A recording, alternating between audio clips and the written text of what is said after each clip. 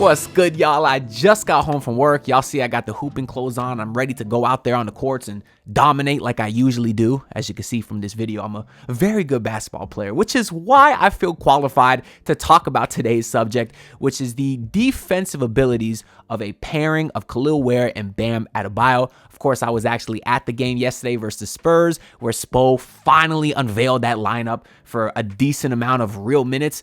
And I think that duo went on like a 36-13 run or something crazy like that. But anyways, you know, our guy Brady Hawk posted a very great thread on Twitter today of the breakdown of the game and kind of what Ware and Bam did defensively and what makes them such a special pairing. So I kind of want to analyze that thread today and react to it with y'all because, of course, Brady does a great job of doing it on Twitter, but you only have a certain number of characters to describe these plays on Twitter. So I wanted to kind of give y'all my viewpoint as well. Now, he also did a separate thread to talk about the pair's offensive abilities, but maybe we'll get into that into a separate video tomorrow. So in the very first tweet of this thread, Brady gives us a quote from Spoelstra after the game, who said, "If I have to lean into this thing defensively right now for our team to get to another level, I will."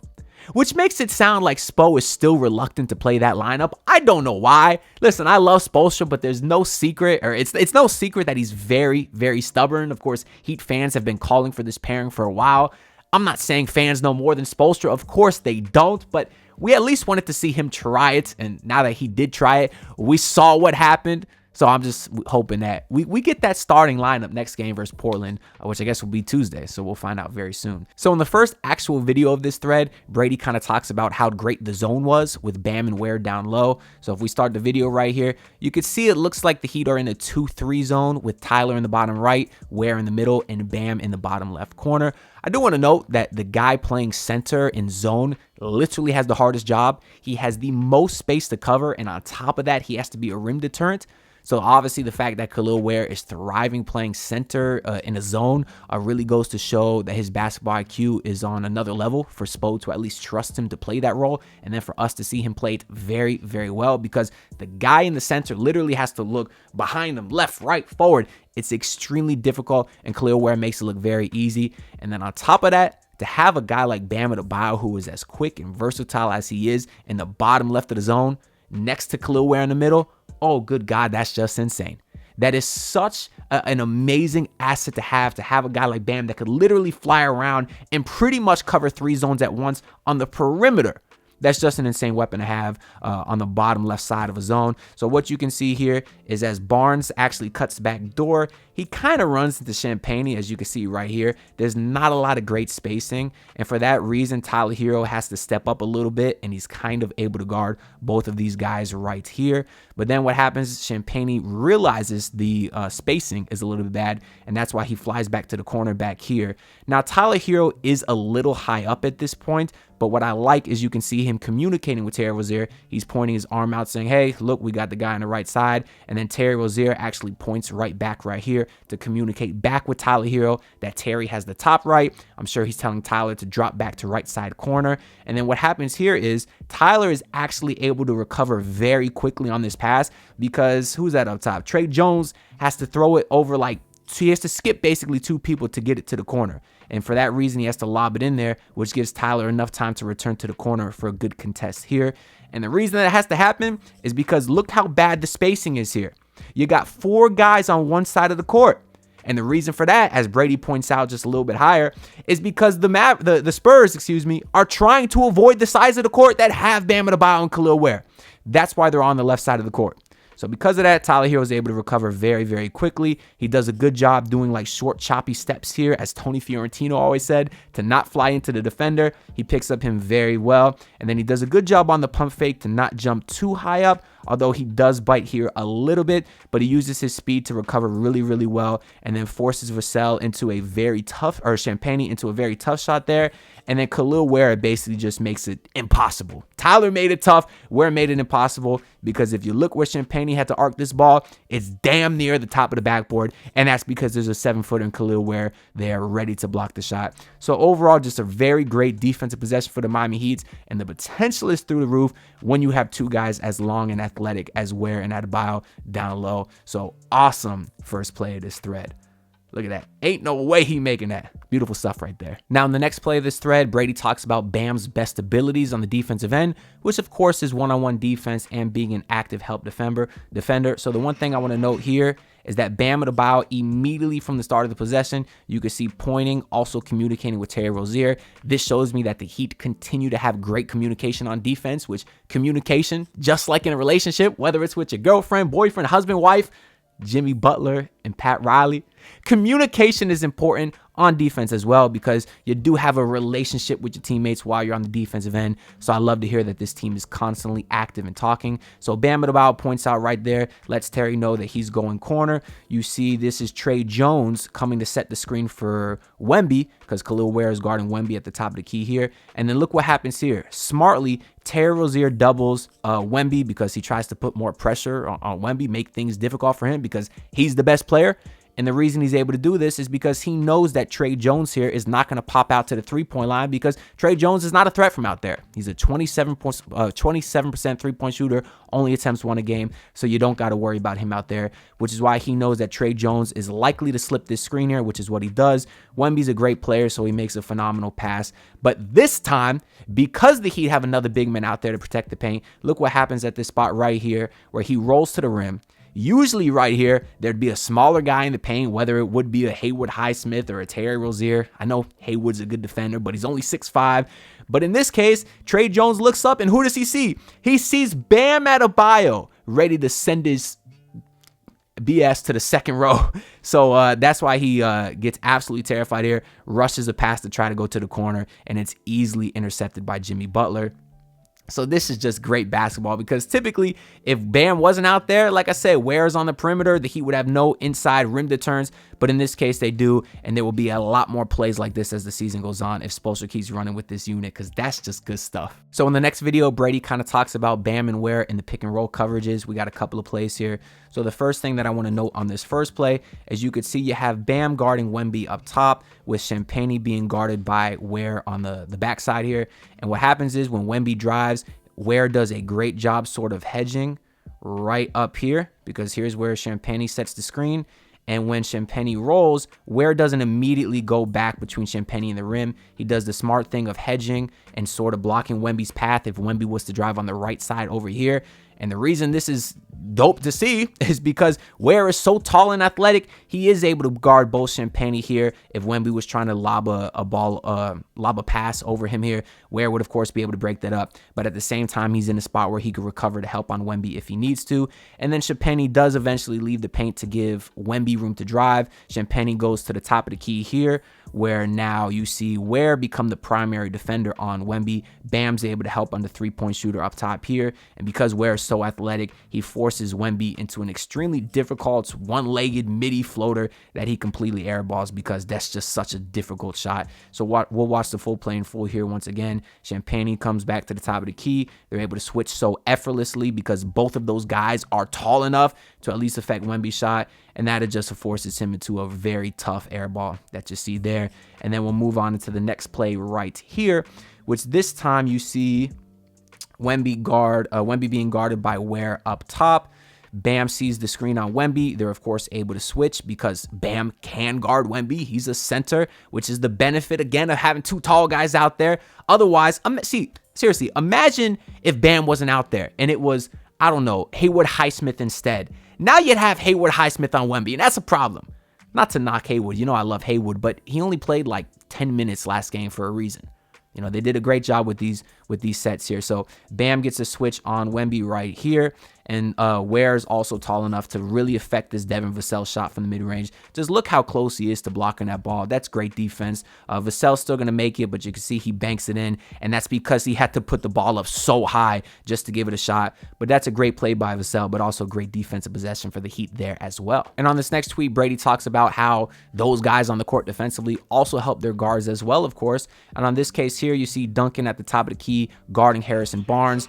Both guys know that Duncan is I don't want to say a liability on defense. He's gotten better, but he's not known as a perimeter defender. So though Bam and Ware are actively looking to help Duncan Robinson on the Harrison Barnes drive. So you can see right here, Barnes takes some ISO, blows past him a little bit on the right side. I actually think Duncan does a good job getting his body between the Harrison Barnes and the rim there. So it's decent defense by Duncan, but you can see here, Bam and Ware both commit to help on the drive, which if there's times where both these guys commit to the rim, good luck getting a shot off by the opposing team, because as you can see in this case here, Bam Adebayo absolutely sends it. So I'll let it play through here again though, because ideally they get a little bit of better communication next time, because you wouldn't want both guys helping, because I'll stop the play again at the end here.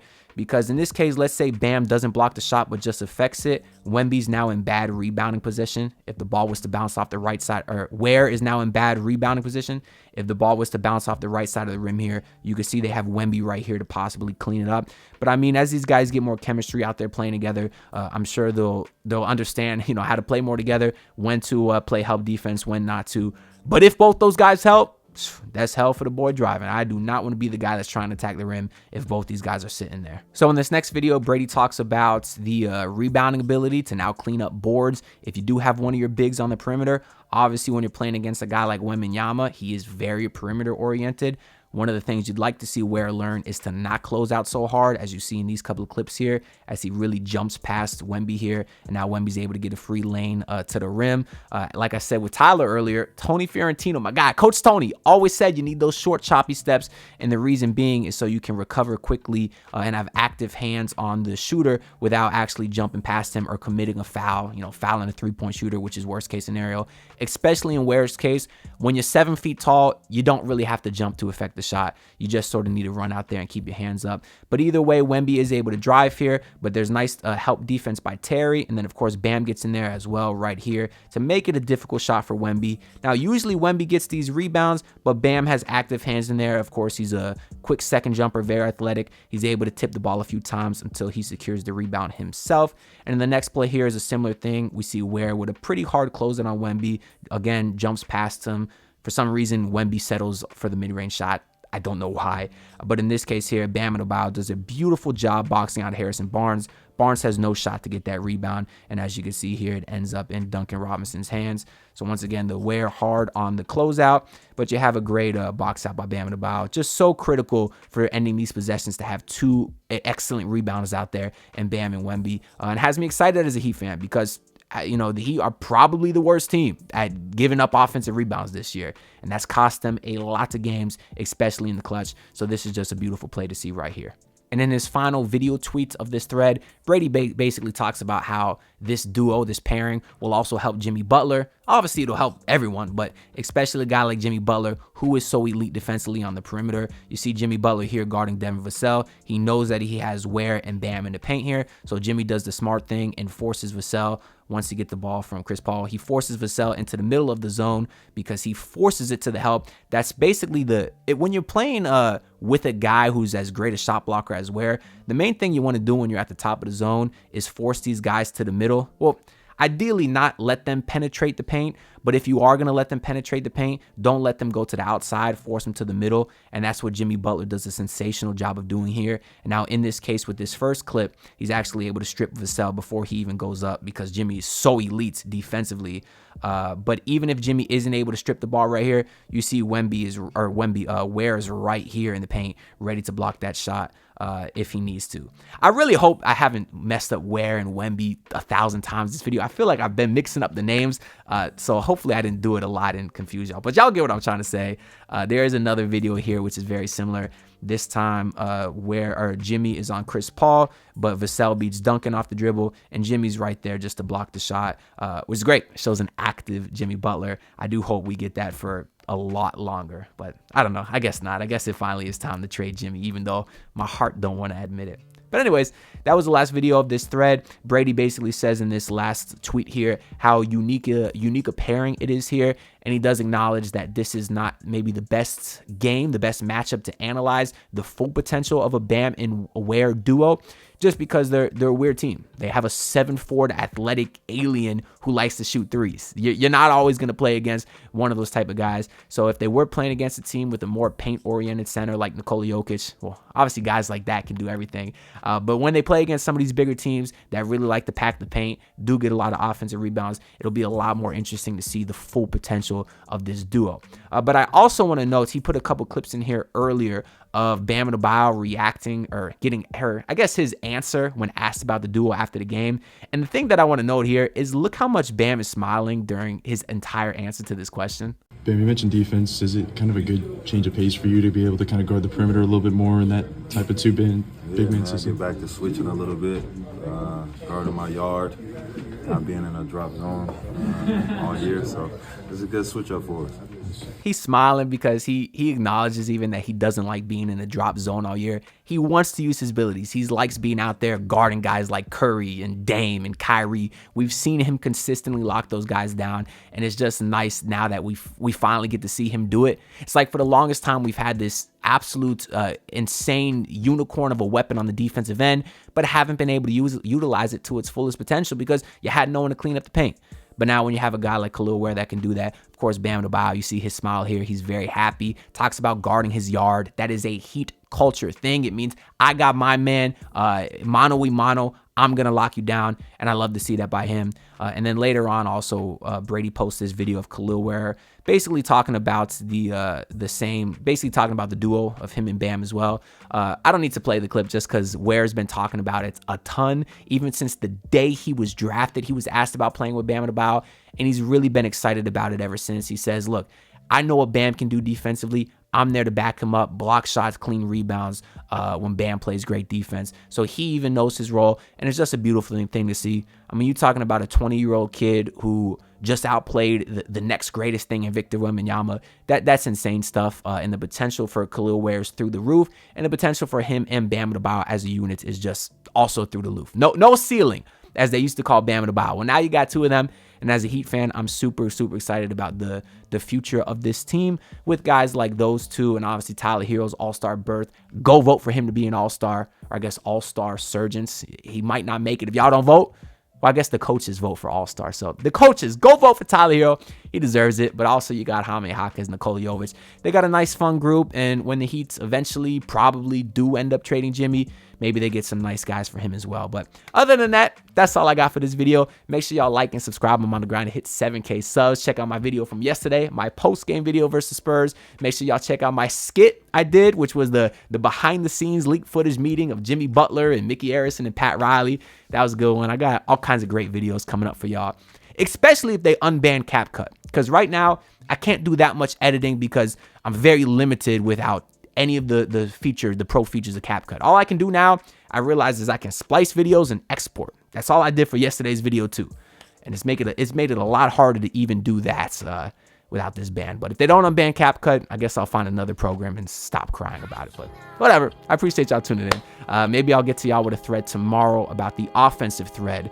Or maybe I'll get you a video tomorrow of the offensive thread that Brady Hawk did as well. Until then, I'll see y'all next time. Peace out, everyone. Pull up in your city trying to get that dead face. Do it on my own, I don't need no dead weight. Had to kill him off, yeah, I need a head space. You know this homegrown bitch don't offend me.